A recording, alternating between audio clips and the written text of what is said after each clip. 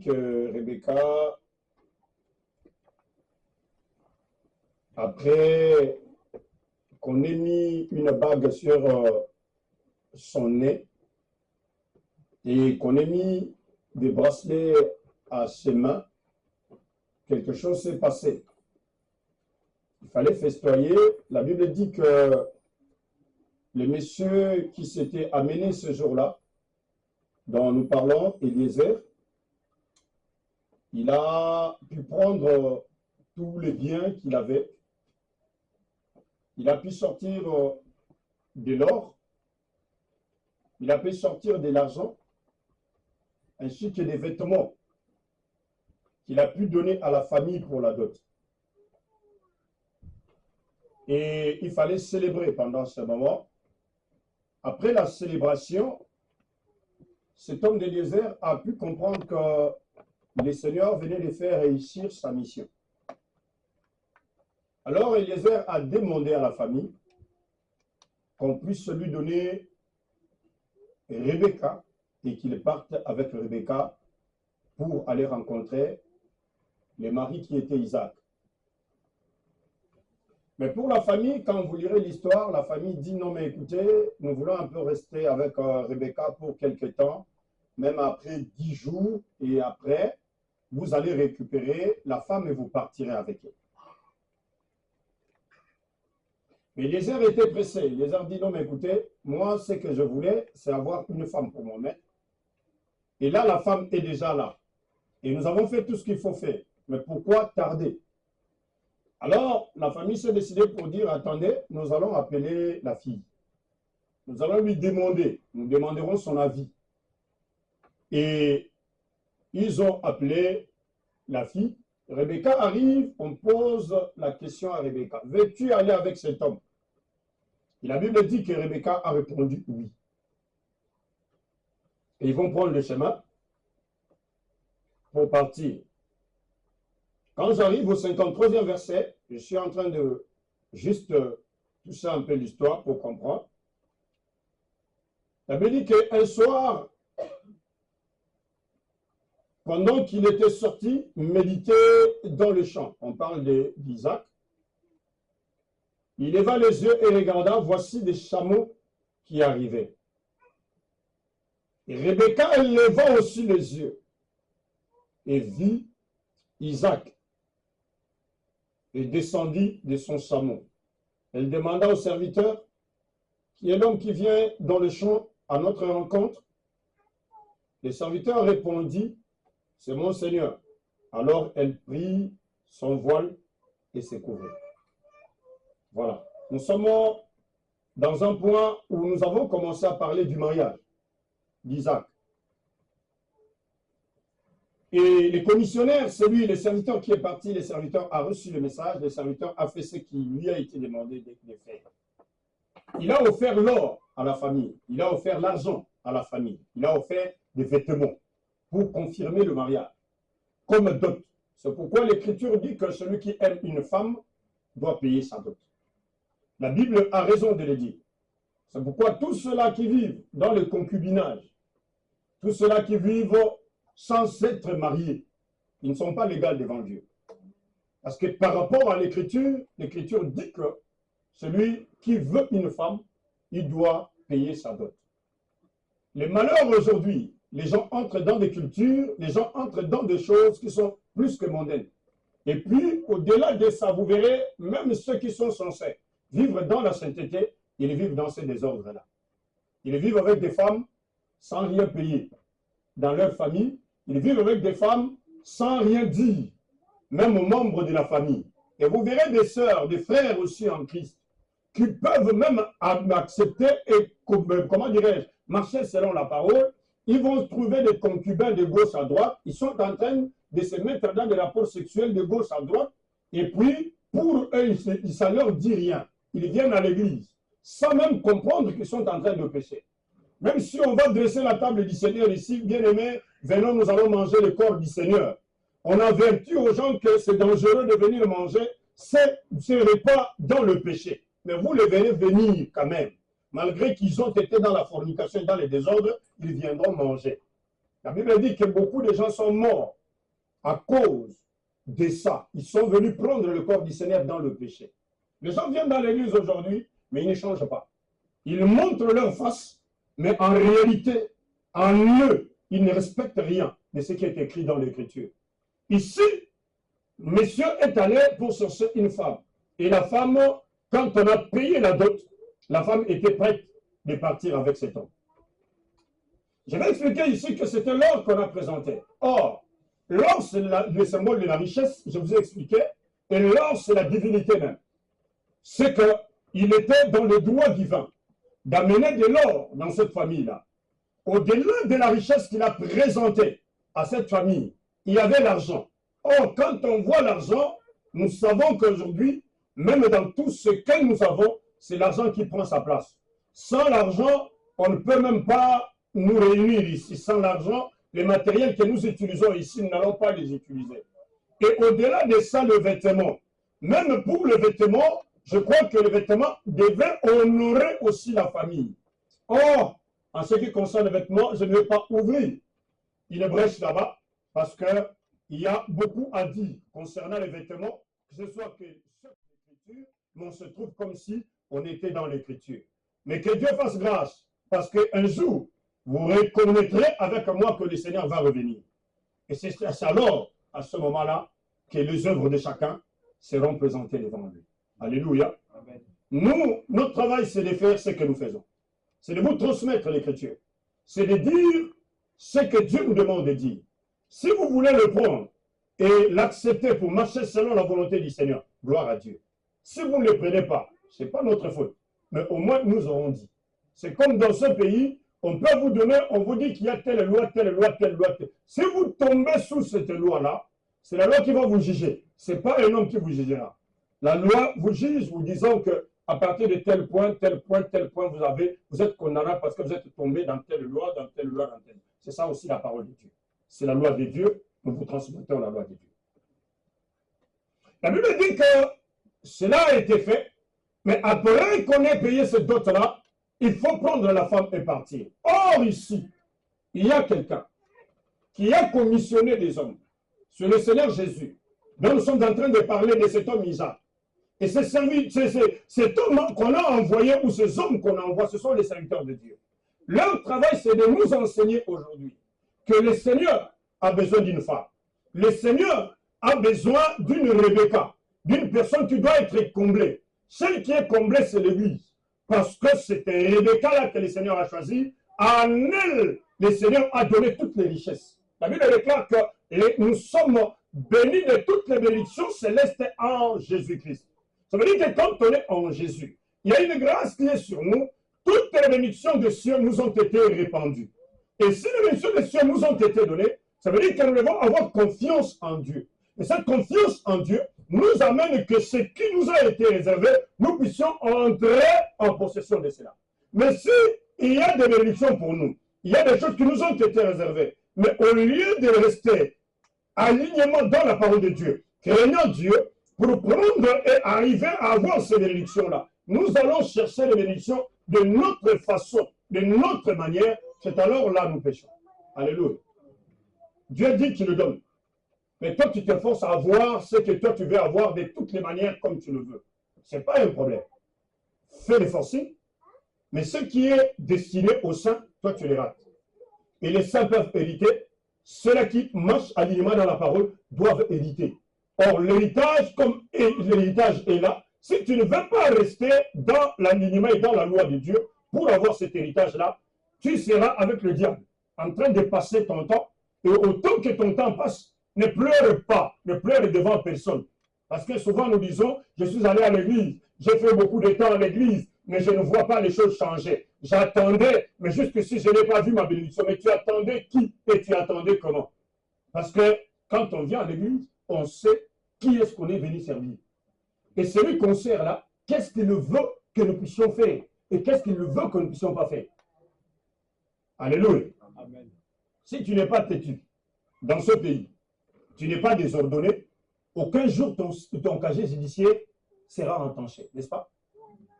Mais si dans tout ce qu'on interdit selon la loi, tu retrouves, donc tu as la facilité d'aller en prison. Et si tu vas en prison, ça veut dire que tout ce que tu cherchais là, ça s'arrête. Si tu avais besoin, admettons, que tu es un jeune, tu te prépares, tu te dis, moi je voudrais aller faire l'armée.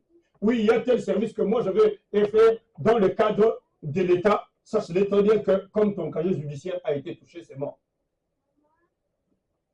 Mais si tu as été serein et craignant, obéissant, sache-le très bien que ce jour-là, on demande le casier judiciaire, on voit ton casier, on dit, ben voilà, c'est bon. Et monsieur, déjà, d'ailleurs, il est classé. Je vais vous dire même, allant plus loin, pas seulement dans la police, même dans le domaine de la sécurité dans ce pays. Sécurité incendie, sécurité gardiennage, ainsi de suite et tout ça. Tu arrives avec un casier judiciaire déjà pourri, on te met à l'écart. Tu n'as pas droit. Tu n'as pas droit. Parce que si tu te comportes jamais, qu'arriverait-il quand les choses sérieuses vont arriver devant toi? Je vais passer pour vous dire ceci, qu'il faut l'obéissance à la parole. Parce que autant que nous obéissons à la parole, autant que nous marchons selon la parole, ce qui a été réservé aux saints nous est donné. Parce que nous sommes bénis de toutes les sortes de richesses en Jésus-Christ.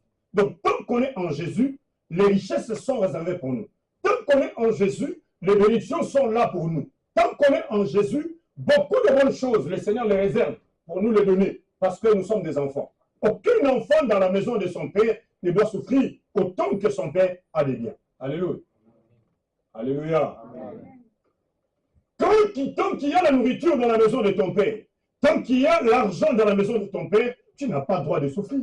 Tu as le droit d'en participer et d'en jouir. C'est ce que Dieu a fait de nous. C'est pourquoi, pour ce mariage, une dot a été donnée. Mais cette dot qui a été donnée, c'est la même dot qui a été donnée sur la croix. Alléluia. La dot de Rebecca, c'est la dot qui nous a été donnée sur la croix par Jésus. Jésus a accepté de mourir pour une femme. Comme en tout et pour tout, Samson mourait pour une femme. C'est comme ça aussi que le Seigneur a accepté de mourir pour une femme. Parce que celui qui aime une femme se sacrifie pour cette femme-là.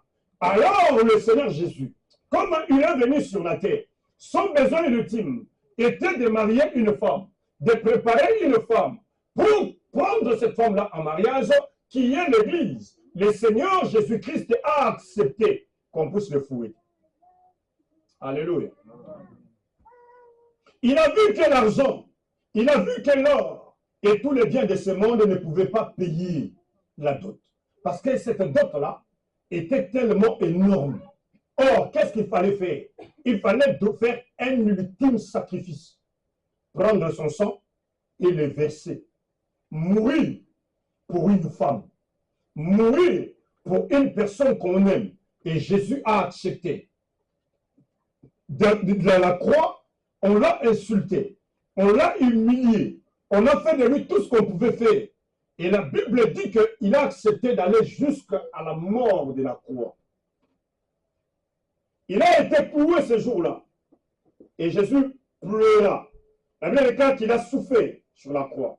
Jésus est resté pendant longtemps sur la croix. Et midi à 15 heures, il a fait 3 heures sur la croix en train de souffrir. Et il faisait très chaud ce jour-là. Il souffrait. La Bible dit qu'il est mort nu sur la croix. Il n'avait pas de vêtements. Pour l'humilier, pour une personne, pour sauver une personne, pour sauver une âme. Cet homme que tu es, cet homme que je suis, on a humilié le Seigneur jusqu'à enlever ses habits. Ce n'était pas un petit garçon de 8 ans. Ce n'était pas un petit garçon de 10 ans à qui on enlevait les habits. D'ailleurs, même à cet âge-là, un enfant a honte qu'on voit sa nudité. Mais c'était un homme de 33 ans. Donc, il était déjà, si je peux me le dire, me le permettre, à cet âge, ils se sont même partagés ses vêtements. Ils ont joué à un jeu pour se partager ses vêtements. Après avoir fait la part de ses vêtements, chacun a pris sa part, et Jésus est resté nu sans vêtements, on le met sur la croix. Tout ça, c'était pourquoi? C'était pour ton salut, c'était pour mon salut. C'est pourquoi la Bible dit que quiconque croit en lui. Car Dieu a tant donné, Dieu a tant aimé tellement le monde qu'il a donné son Fils. Donc le Seigneur a pris le Fils, il a donné. Pourquoi? pour que quiconque croit en lui ne périsse point, qu'il n'aille pas en enfer, mais que cette personne-là ait la vie. Maintenant, pour avoir la vie, Jésus accepte d'être humilié, d'être insulté, d'être flagellé. On donnait des gifles à Jésus. On lui donnait des coups ce jour-là, jusqu'à ce qu'on blaguait de celui qui est venu de cieux et qui est descendu. On lui ferme les yeux comme ça, et puis on lui donne une bonne gifle. Après l'avoir giflé, on ouvre ses yeux, on dit, si c'est toi qui es le prophète, maintenant dis-nous qui t'a giflé. Regardez l'état des choses. Regardez comment on l'a amené dans une souffrance énorme, jusqu'à ce qu'on se jouait de lui. La Bible a dit qu'ils ont même craché sur lui. Ils ont arraché sa barbe. Ils l'ont tapé. Après l'avoir humilié comme ça, ils l'ont amené à la croix nu. Il était nu, sans vêtements. Pendant qu'on était en train de le clouer, même sa mère, celle qui lui a donné naissance, Marie était là, en train de voir la nudité de Jésus à l'âge de 33 ans. Il y avait des femmes et des hommes assemblés qui regardaient la nudité de Jésus sur la croix. Allant plus loin, la Bible dit que le soleil ne pouvait pas supporter que le roi continue à être humilié comme ça. Le soleil s'est éclipsé. Même le soleil a eu honte ce jour-là. Mais toi pour qui cet homme est mort sur la croix? Toi pour qui cet homme a pu souffrir de cette manière-là avec toute cette humiliation? Tu continues à pécher. Oh, il est venu, il a fait pour que toi tu sois sauvé. Il est venu, il a fait pour que tes péchés soient pardonnés. Mais toi à qui on annonce que les pardons des péchés sont obtenus par cette meurtrissure-là, par cette humiliation-là, par cette accusation, c'est ce qu'on a fait de Jésus, toi tu continues à pécher et tu pêches sciemment. Tu vas, tu fais ce que tu veux et tu rentres, tu te dis, il y a encore du temps. Mais laisse-moi te dire que le temps, ce n'est pas toi qui le possèdes. Tu n'es pas le maître du temps. D'ailleurs, l'Écriture dit que l'homme n'est même pas le maître de son souffle. Parce que ta vie, c'est comme une fumée. Quand la fumée quitte, elle peut monter. On est en train de la voir, mais elle disparaît. Subitement, elle s'en va. Combien de personnes, toi, tu as dit, quand vous êtes allé enterrer, je ne t'oublierai jamais. Mais jusqu'ici, combien de fois tu es allé au cimetière de cet homme-là ou de cette femme-là? Jusqu'ici, quand tu dors chaque jour, est-ce que tu t'es rappelé de la personne à qui, quand tu pleurais, tu disais, et je ne t'oublierai jamais? Tu l'as déjà oublié? C'est comme ça que tu seras aussi oublié. Ta mémoire sera oubliée parce que tu n'es pas sage. Or, Dieu veut que ceux-là qui le craignent aillent même jusqu'à 90 ans dans leur vie. Si seulement ils peuvent veiller à leur marche, Dieu les gardera. Parce que c'est l'Écriture qui prolonge même notre vie. Mais pour toi, l'Écriture ne dit rien. Mais tu es membre d'une église. Tu viens. Donc, en réalité, tu viens chauffer les chaises. Comme les chaises ont besoin de la chaleur chaque dimanche, viens les chauffer.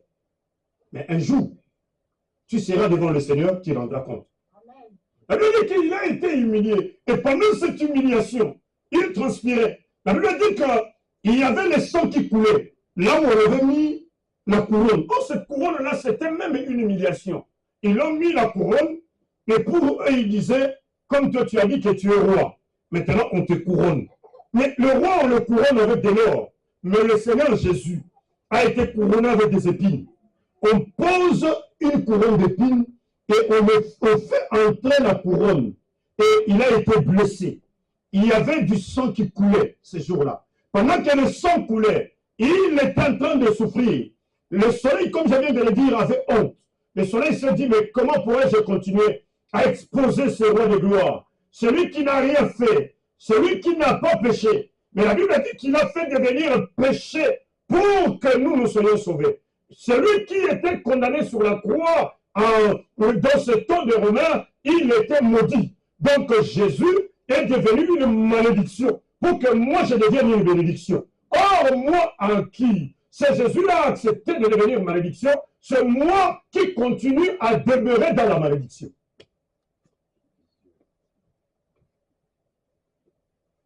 Pitié pour l'humain. La Bible dit que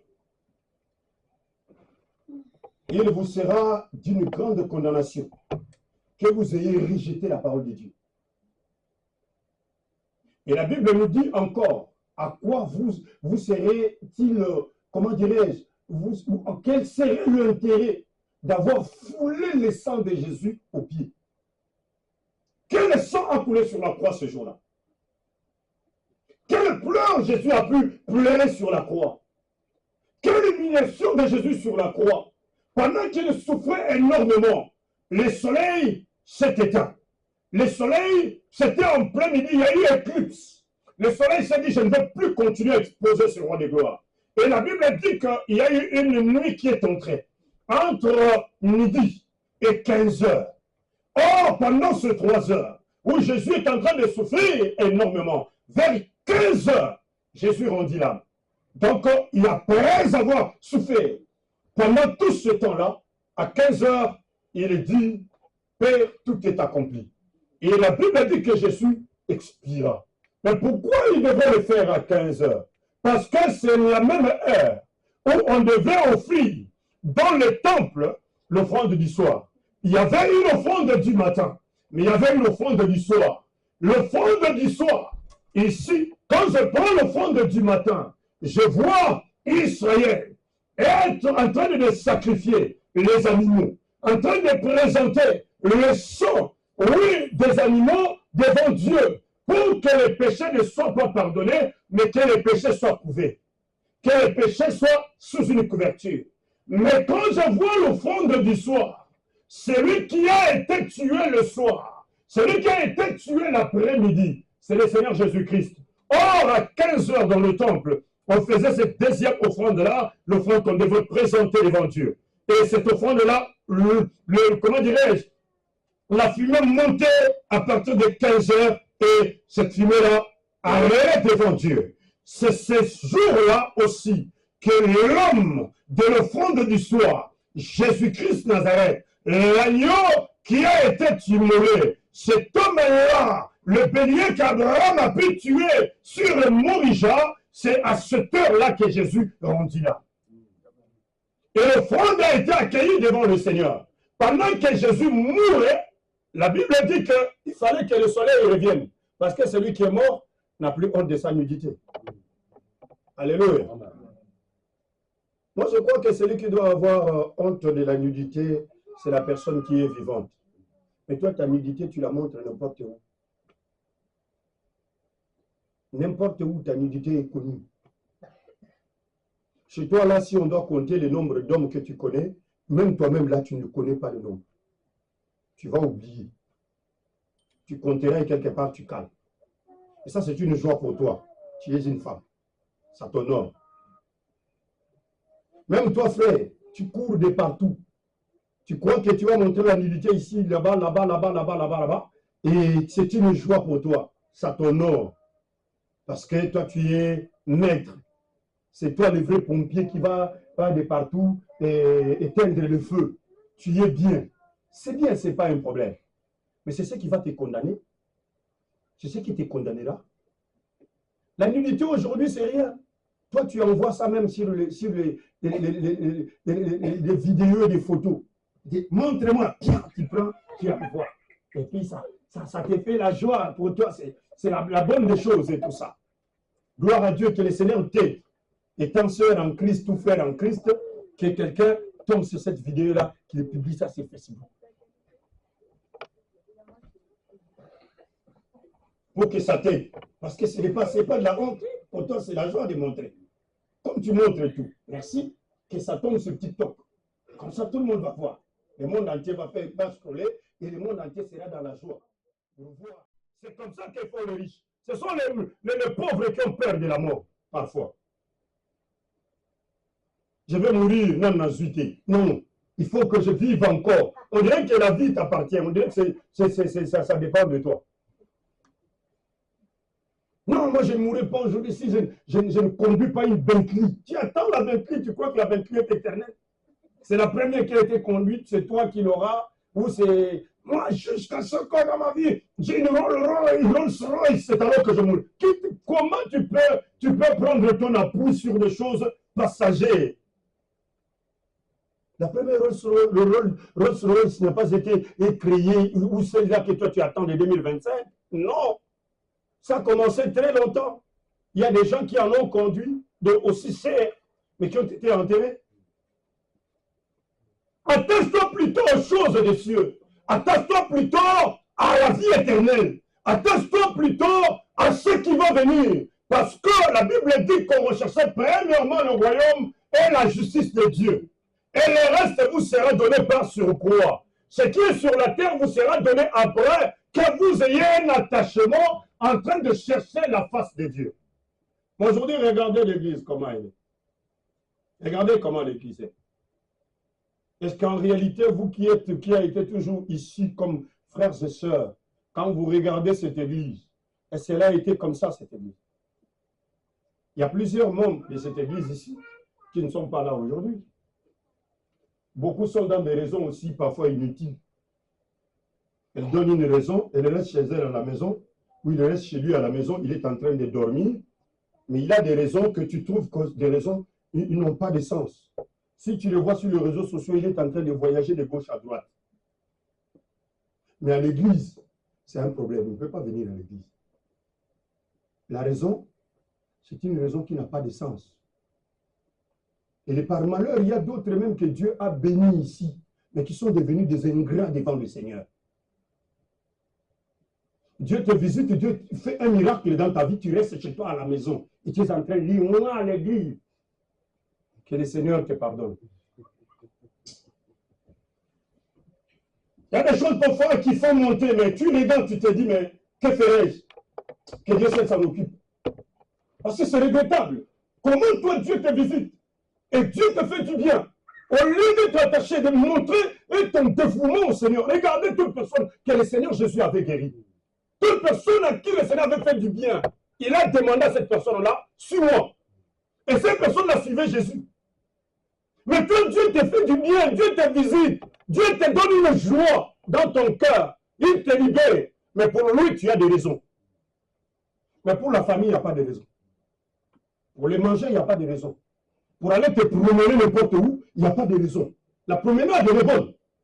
Mais Jésus, l'église, c'est là le problème. Ça va, gloire à Dieu. Que Dieu te bénisse pour ça. Parce que c'est toi qui es le plus intelligent et c'est toi qui dépasses Dieu. C'est ce que moi j'appelle quelque part dans un langage, un peu figuré là pour chine ensemble de dire. Mais mon chine, il peut pas chiner avec mon colonne. Il faut continuer. Continue comme ça, c'est bien. Pour toi, c'est une joie, mais moi, ça ne me fait pas la joie. Parce que vaut mieux peut-être ne pas peut-être se donner parfois à dans des prières énormes et fortes pour des gens qui demain, ils vous seront ingrats. Ils seront ingrats au Seigneur. La Bible dit que Joseph d'Arimathée arrive avec une reconnaissance. Il écoutait, il entendait parler de Jésus. Il écoutait, il avait accepté le Seigneur Jésus. Mais ce jour-là, il fait un sacrifice. Pour lui, il fallait que son sépulcre, son cimetière, à lui, qu'il a bien payé, bien arrangé, où il sera enterré, qu'il vienne pour demander le corps de Jésus. Il dit, donnez-moi le corps, moi j'irai l'enterrer. Ce n'est même pas ses disciples, pas même sa famille, pas même d'autres gens qui pouvaient être là pour accepter d'aller enterrer Jésus. Mais c'est un disciple qui était dans le soubassement qui vient demander. Et puis, on lui donne le corps. Il prend le corps, la Bible dit que dès qu'on a enlevé le corps, il a mis dans un linceul, dans un beau drap, et on est allé mettre Jésus, après avoir parfumé, on est allé l'enterrer. Et ils ont fermé la pierre. Et comme de l'autre côté, les militaires savaient que, et ça se disait qu'il avait dit qu'il sera ressuscité. Donc il faut être prudent. Parce que ces apôtres peuvent venir voler le corps. S'ils volent le corps la nuit, et ils s'en vont avec, la renommée de cet homme ici va encore se répandre. On dira que voilà, il était mort, et réellement, il n'est plus dans son tombeau. Alors, pour éviter que cette renommée continue, il faut mettre des soldats à l'entrée. Comme ça, les soldats vont garder. Et personne ne viendra voler. En fait, ils avaient oublié que ce qu'ils faisaient avait double signification. Premièrement, parce que celui qui était mort était roi. Or, le roi, ça se respecte. Amen. Alléluia. Le roi, ça se respecte. Les cimetières où on enterre des personnes élevées, ce sont des cimetières gardés. Très bien gardés. Parce que même dans les cimetières normaux comme ça, on va mettre des gardiens, on met quelqu'un qui veille. Mais ici, c'est le corps d'une personne importante. On n'en voit pas dans tous les cimetières, mais c'est devant cette tombe-là, on place des militaires. Ils étaient là, en train de surveiller un corps. Ils surveillent le corps, parce que pour eux, le corps sera volé. Or, en réalité, ce n'est pas ça. Partout où Jésus a été, il a été accompagné. Même sur la croix, il est voir un peu fort. Ceux qui sont élevés ne marchent pas seuls. Ils ont été toujours accompagnés. C'est pourquoi le frère Pierre devrait être à côté de Jésus. Quand on vient arrêter Jésus, Pierre réagit. Il dit, vous ne touchez pas au roi. Il sort l'épée. Ah, il a coupé l'oreille de Matthieu. Il dit, vous êtes des dérangeurs. Comment vous allez toucher mon roi? Comment vous allez toucher mon maître? Jésus dit, non, Pierre, ça ne marche pas comme ça. Même si tu veux être un garde du corps, sois seulement dans le spirituel. Ne va pas dans ces histoires-là, parce que celui qui tue par l'épée mourra par l'épée. Toi, les péchés que tu commets, ce sont ces péchés-là qui vont te tuer. La Bible dit ceci. Et qu'ils gardaient. Ils étaient là, les gardiens, en train de garder. Ils gardaient, mais ils n'ont rien vu. Le premier jour passé, le deuxième jour passé, le troisième jour passé. Or, celui qui était mort, il était en train de faire un travail. Un travail qu'eux, ils étaient en train d'ignorer. Il était dans le tombeau parce qu'il est venu tout d'abord sur la terre pour nous parler, nous, et que nous ayons reçu le salut. Or, il y a des gens qui sont morts avant nous, qui sont morts avant ce monde ici. Pendant que lui venait, il y avait un corps de David qui était quelque part. Il y avait un corps de Salomon qui était quelque part. Il y avait encore d'autres qui sont des Abraham quelque part, qui se sont jamais repentis.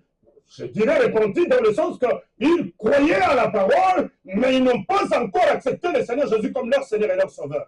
Il est venu, la Bible dit qu'il est allé au tombeau pour prêcher, libérer les âmes. C'est pourquoi les jours qu'il mourait, la Bible dit qu'il y a eu des sépulcres qui se sont ouverts. Et il y a eu plusieurs personnes de ceux-là qui étaient morts qu'on les a vus dans la vie. Comment sont-ils sortis? Parce qu'il y a un roi qui est entré sous terre, qui a donné l'ordre que eux qui étaient pris sous l'emprise, qu'ils soient libérés. Or, ces hommes devraient être libérés parce qu'ils ont vu Jésus. Jésus leur a communiqué le message du salut. Ils ont aussi eu leur salut dans cette partie-là de la terre. C'est pourquoi on pouvait bien le voir visible. Parce que encore, le grain de blé qui entre dans la terre, après 3 jours, il doit sortir. C'est pourquoi Jésus n'a fait que 3 jours dans le tombeau. Le 3e jour, comme un grain de blé qui se respecte, il est sorti du tombeau libre et vainqueur. Pendant qu'il y avait des militaires, pendant qu'il y avait la garde, la Bible dit que personne parmi eux n'a pu voir comment est-il sorti. Ils ne l'ont pas vu et ils étaient restés, le Seigneur Jésus à Sabima qui dit bas. Et ils se sont restés là, ils attendaient. Mais je crois qu'enfin, quand ils ont vu qu'il n'y a plus personne, ils devraient s'expliquer comment on nous a envoyé ici garder, mais la personne est quand même sortie. On ne l'a pas vue. Donc la condamnation est sur nous. Allons plus tard, allons plus loin. Vous verrez que c'était des femmes qui venaient en premier pour venir embaumer le corps. Parce qu'il fallait rajouter un peu de parfum. Mais elles se posaient la question en venant sur leur route. Nous allons arriver là-bas. Mais qui va nous rouler la pierre? Qui va nous rouler la pierre? Parfois, tu te poses la question, qui va me rouler cette pierre-là? Parce qu'il y a une pierre qui garde ce qui est important pour toi. Il y a une pierre qui est en train de bloquer ce qui doit être ta résurrection et ta gloire. Il y a une pierre qui est en train de bloquer ton avancement. Il y a une pierre qui est en train de bloquer ta prospérité. Il y a une pierre qui est en train de bloquer ta réussite ainsi que ton succès. Il y a une pierre qui est en train de bloquer ton ventre. Il y a une pierre qui est en train de bloquer ta santé. Mais quelque part, il faut que la pierre puisse bouger. Mais pour que la pierre bouge, il faut qu'il y ait un homme de foi. C'est la semence elle-même. C'est la parole elle-même qui enlève la pierre. Parce que la parole, ce jour-là, quand elle a bougé, comme la terre ne pouvait pas la contenir, la parole est sortie libre et vainqueur. Si tu as la parole de Jésus, si tu as Jésus en toi, le moment où tu l'invoques avec foi, l'Écriture déclare que la pierre sera ôtée d'elle-même. Pour Lazare, les hommes doivent pousser la pierre. Mais quand c'est lui-même, personne ne la pousse, c'est lui qui sort. Parce qu'il est la véritable semence. Quand elle rentre dans la terre, quel qu'il soit, comme c'est un germe, les germes germera, assurément elle sortira. Parce que tu es appelé par le Seigneur, comme la parole demeure en toi. Ça, ce n'est pas Dieu qui est le Seigneur qui t'a appelé. Lui te libérera si seulement. Tu es tué dans ton cœur et tu l'éclaires. Et que tu l'appelles au temps préférable. L'Écriture déclare que tout ce qui était mort et enterré sortira. Le Seigneur est ton roi. Ne faut pas craindre le Seigneur. Marche avec Dieu. Sois une femme de foi. Sois un homme de foi. Dis-toi, même chaque cimetière est levé au cinéma. Même si ça commence à prendre du temps, moi je crois qu'il y a un Dieu quelque part. Je crois qu'il y a un puissant. Je n'ai pas besoin qu'on pousse la pierre de moi. Lui-même sortira. Autant que j'ai la foi, autant que je demeure, il va me faire sortir de la situation dans laquelle je suis en train de me trouver. Quelle que soit mon humiliation, lui a pris l'humiliation sur la croix pour que moi je sois honoré. Et la Bible déclare que le Seigneur sortait libre d'un cœur. Les femmes pensaient qu'il poussera la pierre pour nous, qu'il va l'ôter. Mais en arrivant, c'était étonnant. Il n'y avait plus de pieds. Oh, qui a volé le corps du Seigneur? Elles sont entrées vite. En entrant dedans, c'est un ange qui va les rencontrer. C'est un ange qui leur parle. Ah, réellement, il est ressuscité. Souvenez-vous de ce qu'il avait dit. Ah, les femmes sont rentrées en vitesse. Amen. Même le frère Pierre qui était dans la maison, qui ne savait pas, qui se disait, ah, le Seigneur est mort. On est allé l'enterrer, nous autres là. Ce sont les femmes qui ont apporté le message de la résurrection pour dire, il est ressuscité. Qu'est-ce que les femmes font aujourd'hui dans l'église? Parce que si les femmes ont apporté le message de la résurrection, est-ce qu'il y a des femmes qui parlent aujourd'hui de Jésus dans l'église pour dire qu'assurément il était ressuscité, venez à lui. Les femmes, ce sont des miroirs aujourd'hui. Les miroirs et les make-up. Ça, c'est les femmes d'aujourd'hui. Qui arrangent toujours leurs mèches. Qui arrangent toutes sortes de pantalons. Qui regardent les miroirs. Ce sont les femmes d'aujourd'hui. Les femmes d'aujourd'hui, c'est la femme moderne qui met des ongles jusqu'ici. Tu regardes une femme depuis sa tête jusqu'aux pieds, tout est faux. Ah, Seigneur. Tout est faux. Faux. Donc, les naturels, c'est devenu un problème. C'est devenu un problème. J'ai vu que même les joues, on commence à les ajouter. On tabaxi ma table. Les lèvres, on change. On met la couleur, on donne des piqûres, ça devient...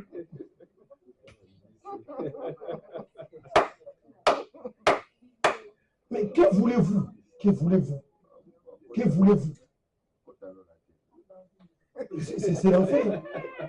C'est l'enfer. C'est l'enfer. Les sourcils, là, n'en parlent pas. Les nez, on va, je ne sais pas moi, en Turquie. On arrange, ça devient comme ça. Tout est faux. Tu vois une femme, elle est fausse, de la tête jusqu'au pied. Mais qu'est-ce que tu es en train de chercher? On porte les boutous, si c'est les boutous, on devient comme ça. Ça ne suffit pas. On commence à donner les piqûres, comme le voilà le boulot. Yesu, Yesu. Qu'est-ce qui ne va pas? Qu'est-ce qui ne va pas? Qu'est-ce qui ne va pas? Tu regardes les autres, c'est comme un démon. Mais il est en train de passer. Tu te dis, mais comment ces hommes peuvent devenir? Mais respecte-toi. Si tu mets ta peinture, ça ne va pas suffire. Ça ne te suffira pas. Il faut que ça soit long comme ça. Non. C'est trop. C'est tellement trop que même dans cette fausseté-là, Dieu te voit ces jours-là, il te dira, c'est ce corps-là que je t'avais donné. Parce qu'on va seulement juste te présenter ton image. Tu dis, non, mais j'avais seulement modifié parce que tu avais modifié pourquoi? Pour un Kindoumba. Tu modifies ça pourquoi? Alléluia. Tu crois que nos mamans n'étaient pas belles? Mais pourquoi les papas les choisissaient? Pourquoi nos papas les choisissaient? Moi, avant de me marier, mon père m'a dit, tu as vu la photo de ta maman? comment elle était belle, jolie. Quand tu iras te marier, il faut choisir une femme jolie. Est-ce que nos mamans, dans le temps, ils ne faisaient pas la beauté? Est-ce qu'elles n'étaient pas présentables? J'ai vu la photo de ma mère avec les temps rangés, les cheveux afro comme ça. Tu regardes, tu dis, mais ça, c'est une femme pimpante. J'ai sa photo ici, elle est, malgré que c'est une vieille photo. Mais aujourd'hui, on se met dans le faux. On entre dans le faux. C'est pourquoi quelqu'un me disait quelque chose que je me suis dit, si tu veux te marier aujourd'hui, ne fais pas le choix d'une femme la nuit. Il faut que tu la surprennes vers 6 heures. Sans invitation, tu arrives chez eux. Tu frappes à la porte ou tu sonnes. J'ai besoin de thé. Pendant qu'un petit kibilo de thé, elle sonne comme ça, qui regarde. C'est ce qu'il faut. Sinon, tu te trompes. Surtout vous qui allez dans des boîtes. Tu vas ramasser un homme ou une femme dans la boîte. Demain, tu vas regarder. Le bouton là, même les hommes portent ça. Il y a des choses qui sont tellement étonnantes. C'est tellement étonnant. Le monde est devenu, je ne sais pas moi. Mais ce que j'ai aimé, les femmes ont annoncé, les femmes ont dit que Jésus est déjà sorti du tombeau. Jésus est libre et vainqueur. Jésus vient de nous donner la victoire. Et c'était une joie pour tout le monde. Et ce que j'ai aimé de plus, parce que quand ils sont entrés, ils ont vu un linceul dedans. Celui qui était en train nu, qu'on avait couvert le linceul, qu'on avait fait porter les langes, qu'on avait couvert sur un vêtement, il est entré dans le tombeau, mais ce vêtement est resté dans le tombeau. Alors assurément, Marie pouvait dire oui, nous l'avons vu qu'il a été nu. Donc on l'a couvert dans un vêtement. Mais oui, on est allé l'enterrer. Mais là, comme il est sorti, il a laissé les vêtements comme ça. Donc il est en train de se promener nu. Où il va trouver les vêtements? Alléluia. Or, si un grain meurt, Alléluia. Non, alléluia. le grain qui meurt et qui entre dans la terre doit sortir avec un autre vêtement. C'est pourquoi Jésus qui mourait, malgré qu'ils avaient déjà, oui, distribué et fait la part de son vêtement, mais il est sorti avec un vêtement de gloire. Bien-aimé, tu peux mourir aujourd'hui, oui, peut-être infirme. Tu peux mourir aujourd'hui avec un œil qui te manque. Mais ce jour-là, à la résurrection, tu auras ton corps parfait. Le corps céleste sort parfait. C'est pourquoi Jésus sort de là avec un corps parfait. Un corps parfait avec un vêtement de gloire. Parce que ce que j'ai besoin, ce n'est pas le vêtement de l'homme.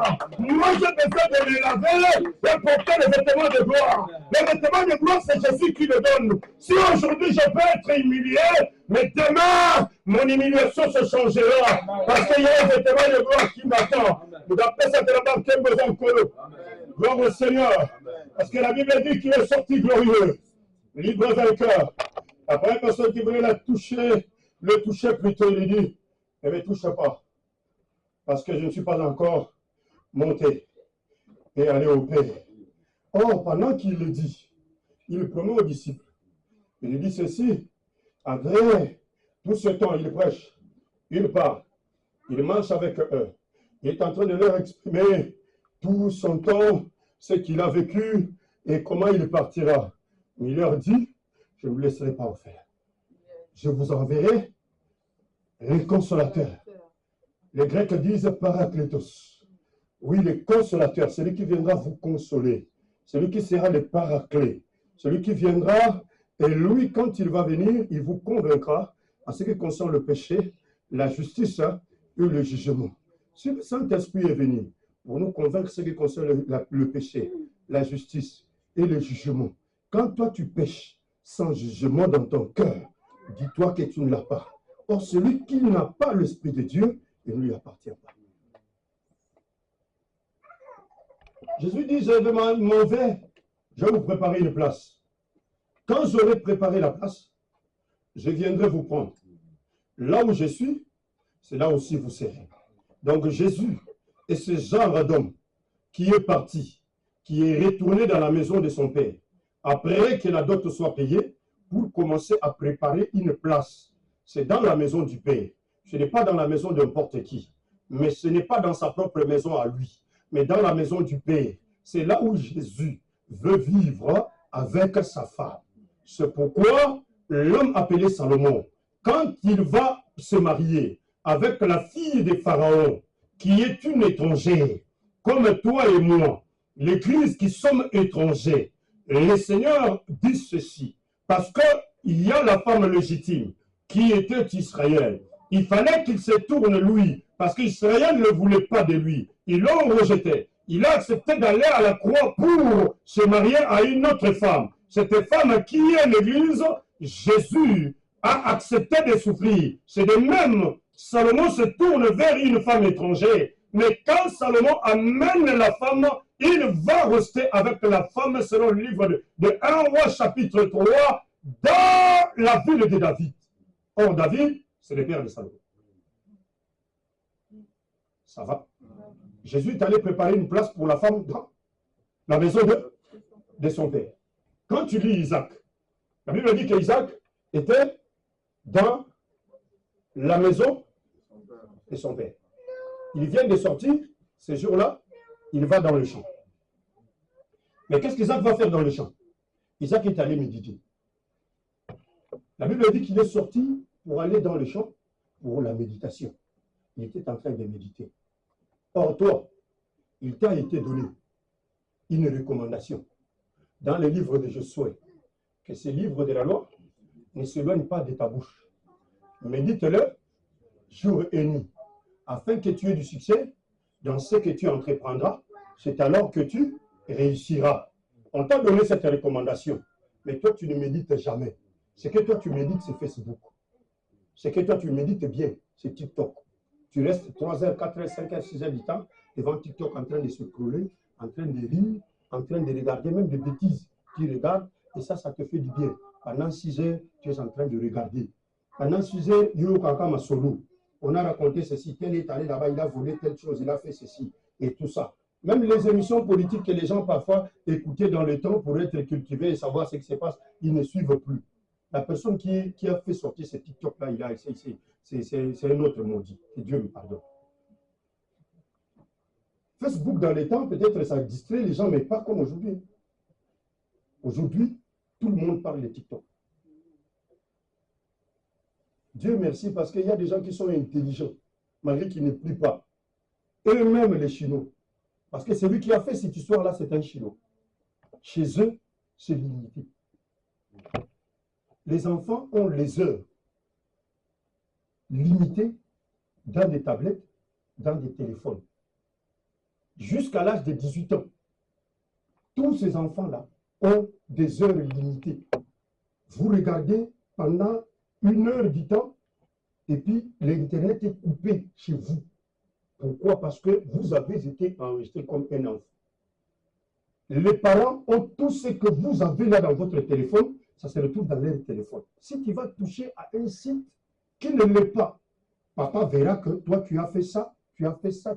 Ils suivent leurs enfants de près. Mais pas vous autres là aujourd'hui. Tu prends la tablette, tu donnes à l'enfant. Depuis que l'enfant a commencé. Et puis, un enfant comme ça, qui, quand tu veux récupérer, il crie comme s'il veut piquer une crise. Et toi aussi, tu remets. Bonne fessée.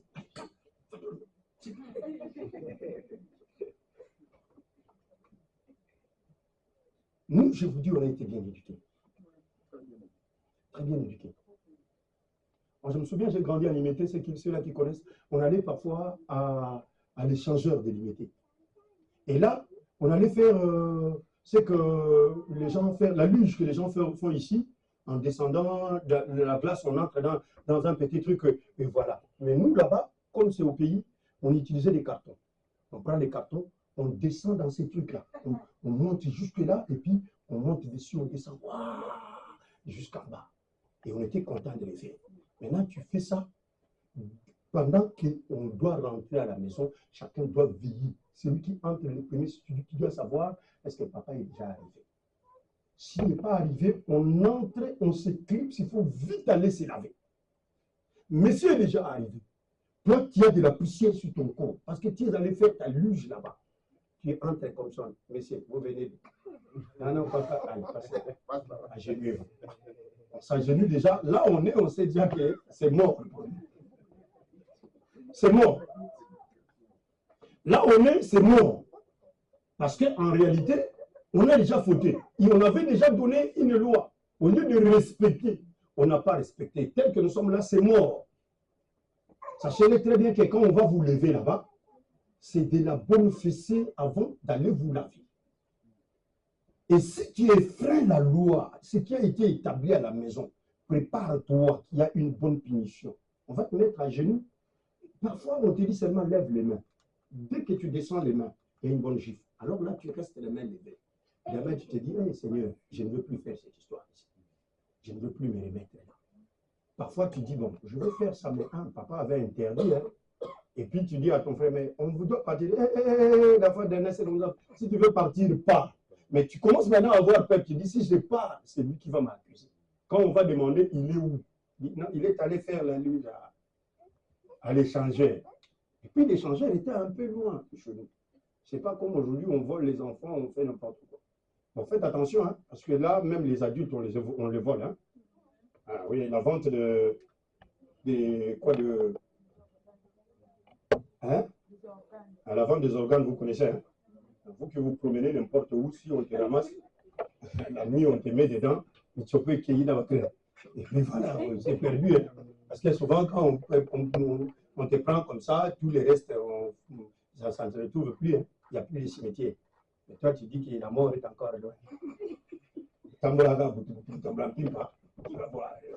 Mais crains Dieu. C'est pourquoi tu dis crains Dieu. Parce que tu ne sais pas là où ça peut te rencontrer. Crains Dieu. Marche dans la crainte de Dieu. Alléluia. Amen. Parce que celui qui marche dans la crainte de Dieu, Dieu fait quoi? Il fait quoi? Il le protège.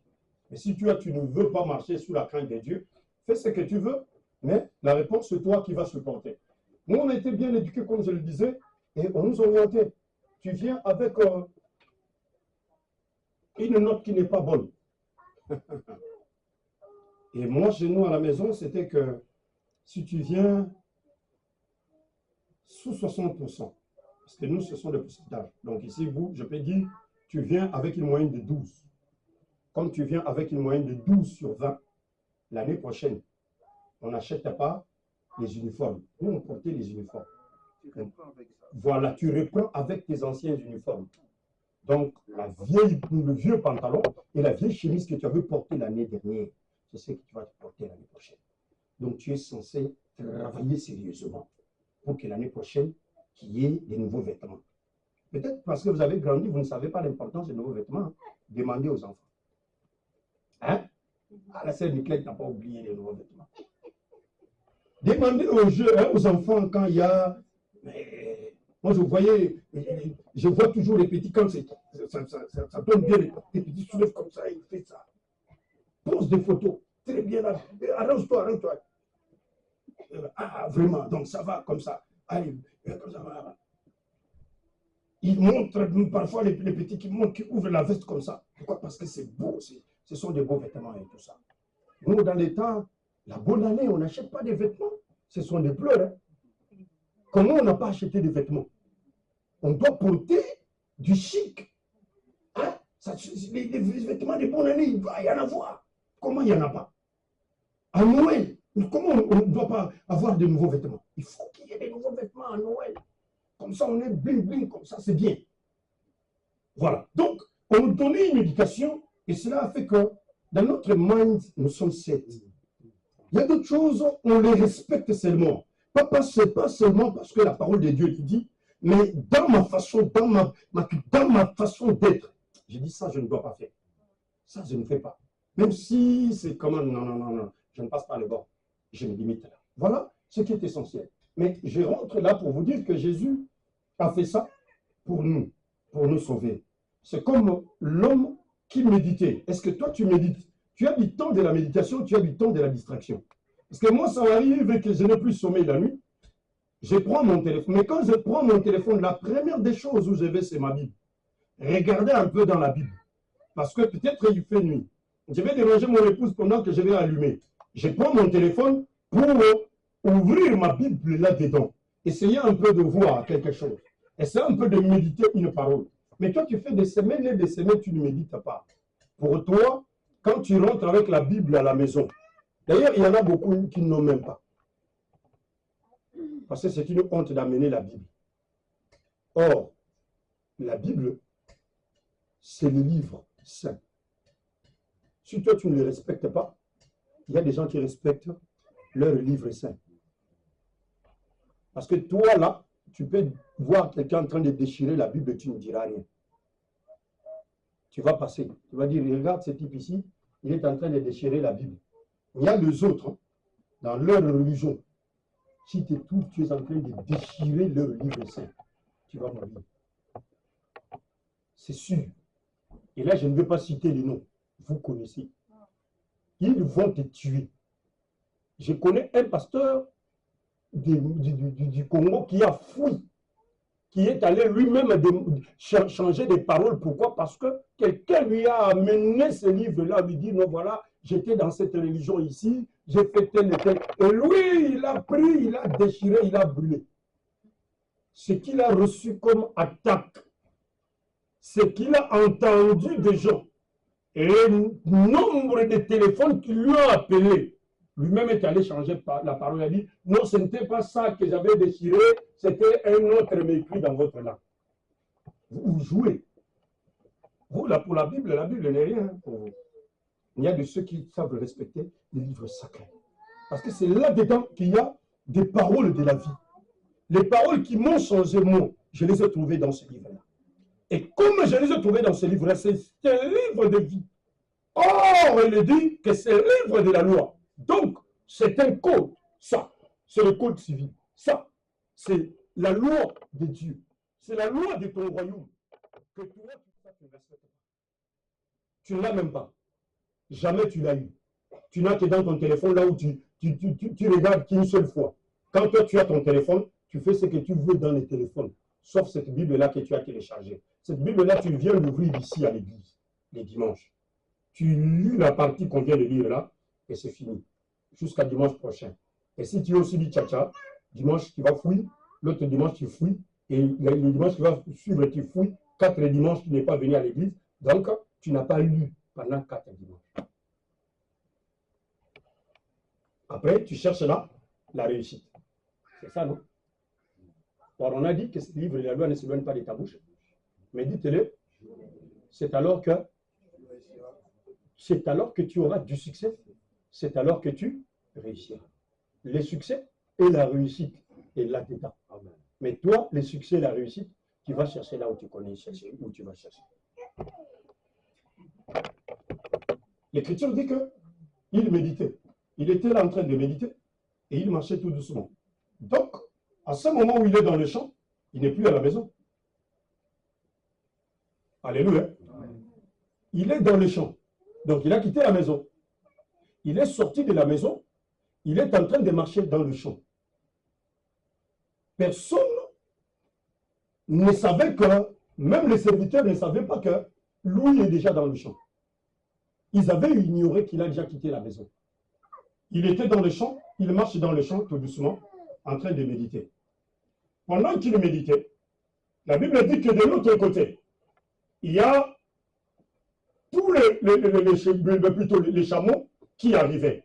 Et il y avait aussi des ailes sur son chameau. Ils étaient en train d'arriver tout doucement. Pendant qu'ils arrivaient, lisez bien l'Écriture. Il n'y a personne qui a dit à Rebecca quelque chose. Rebecca a levé les yeux. Rebecca a vu un homme. Et l'homme était dans le champ. Et Rebecca d'elle-même est descendue du cheval. Rebecca est descendue du chameau. Et Rebecca a posé une question. Rebecca avait levé les yeux. Rebecca a vu un homme. Et Rebecca est descendue du chameau. Et Rebecca tourna maintenant la face pour regarder l'homme. Il dit à l'homme, qui est cet homme qui est dans le champ? La Bible dit ceci, que quand l'homme a regardé, l'homme a répondu, il a dit ceci à Rebecca, c'est Isaac, mon Seigneur, ton mari. Et automatiquement, Rebecca a soulevé son voile et Rebecca a couvert sa tête. Ce n'est pas sur le cheval qu'on doit se marier. Alléluia. On se marie par terre.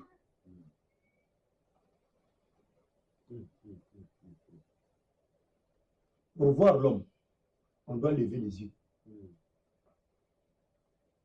Amen. Amen. Tu vois le mari que tu es en train de chercher? Tu ne le trouves pas là. Il faut lever les yeux. Amen. Hein? Seul. Les maris, hein? On lève les yeux.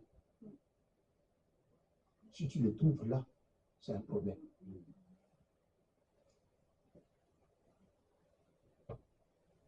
Comme toi, tu ne veux pas lever les yeux, c'est pourquoi tu vois toujours ici, à gauche, à droite, tu es en train de regarder dans des bars, dans des petits coins, dans la boîte. Quelqu'un qui veut se marier, il va dans la boîte de nuit.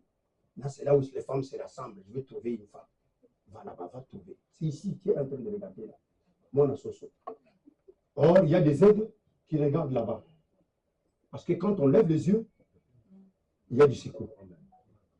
Si on lève les yeux, ce qu'on reçoit là, c'est ce qui est bien. Mais si on ne lève pas les yeux, on regarde d'ici là, c'est compliqué. Frère, est-ce que tu as entendu ce que j'ai dit? Sœur, tu as entendu? Ah, étant femme, on regarde. On regarde là. On lève les yeux. On a dit que Rebecca leva les yeux. Et Rebecca vit. Et quand Rebecca a levé les yeux et que Rebecca a vu, il fallait que le serviteur confirme.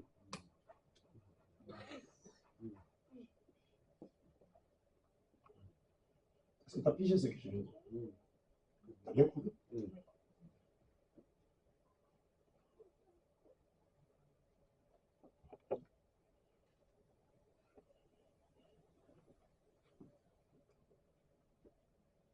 Mais vous avez des blagues.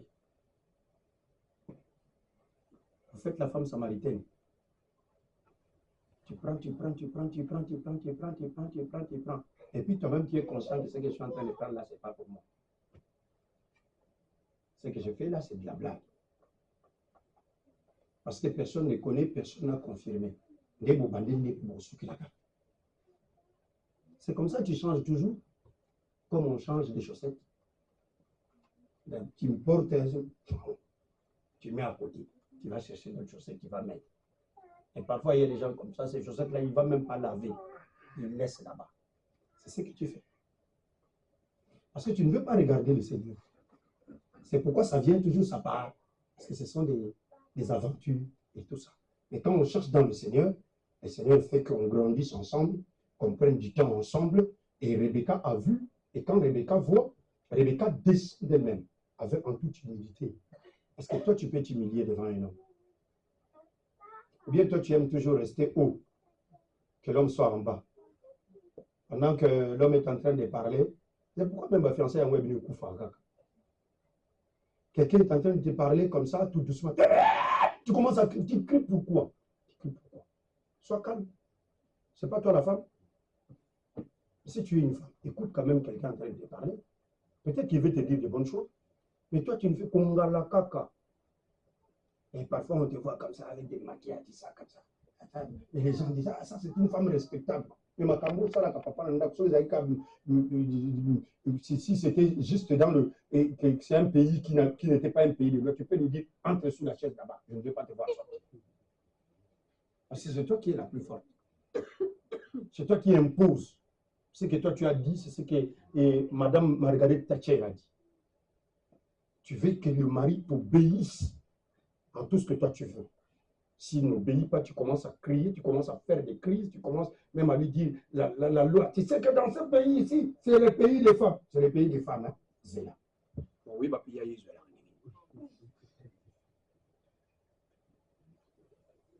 Crains Dieu. respecte ce que Dieu a établi. Quand on dit l'homme, c'est le chef de la famille, c'est le chef de la famille. Écoute ce que l'homme est en train de dire et mettez-vous ensemble pour avancer.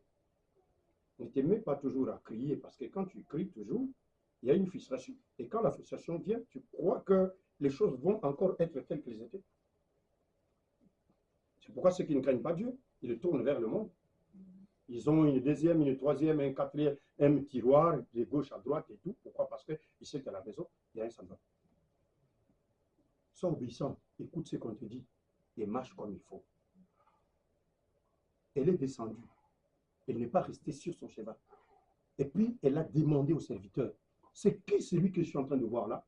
Et directement, l'homme lui dit, oui, c'est mon maître. Je suis son serviteur. Et c'est toi, sa femme. Et la Bible dit qu'elle a pris le voile, elle s'est couverte. Et elle marchait doucement à la rencontre de cet homme. Et dès qu'ils se sont rencontrés, la Bible dit ceci, que Isaac prit sa femme Rebecca et il alla dans la maison de sa mère. Parce qu'Isaac venait déjà de perdre sa maman. Isaac l'a amené dans la maison de ses parents.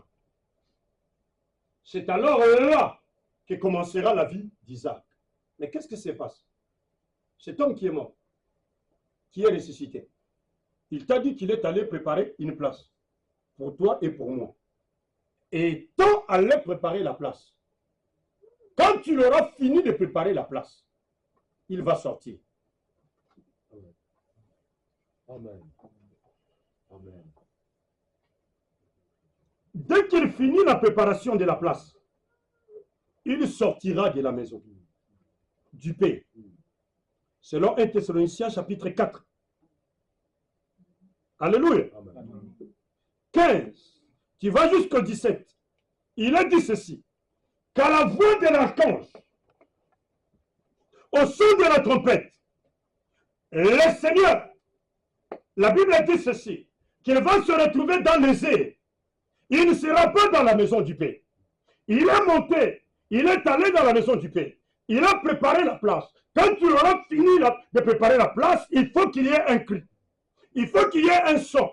Le son de la trompette va sonner. Ce jour-là, ceux qui craignent le Seigneur, ceux qui connaissent Dieu, ceux qui marchent avec Jésus-Christ aujourd'hui, ceux-là qui le craignent nuit et jour, qui marchent avec lui dans leur vie, ils seront prêts. Ce jour-là, à la voix de l'archange, au son de la trompette, la Bible dit ceci, que le Seigneur aura quitté la maison du Père et l'Église va les rencontrer dans les airs.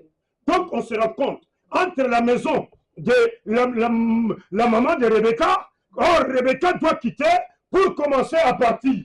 Lui aussi, Isaac, doit sortir pour qu'ensemble, Isaac et Rebecca se rencontrent. Or, c'est lui-même qui sera là en train d'amener sa femme vers la maison de son père. Donc, Jésus qui est parti, il nous a dit qu'il va revenir. Quand tout sera prêt, il viendra nous chercher. C'est lui, l'Isaac, qui sortira, qui viendra dans les airs, en train de nous attendre, nous, la femme, qui étant préparés par Eliezer, étant préparés par les serviteurs. On aurait déjà écouté, la parole est arrivée, et au point où tous les maquillages ainsi que tous les produits qu'on est en train de nous donner, comme cet homme de Gaï, qui est en train de préparer la reine Esther. La reine est en train de se préparer pendant ce moment. On lui donne tous les produits qu'il faut pour être prête.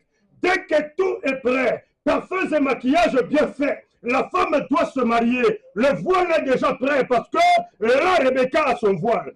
Dès que Rebecca voit l'homme, Rebecca ferme le voile et Rebecca va rencontrer l'homme. Nous serons ensemble ce jour-là avec toute l'église partout dans le monde entier. Parce que le cri a été donné et nous serons en train de marcher tout doucement. Nous allons rencontrer l'homme. Car il a dit, voici l'homme. Quand on aura rencontré l'homme, l'homme nous prendra avec lui pour aller aux noces de la nuit. Que le Seigneur bénisse la parole.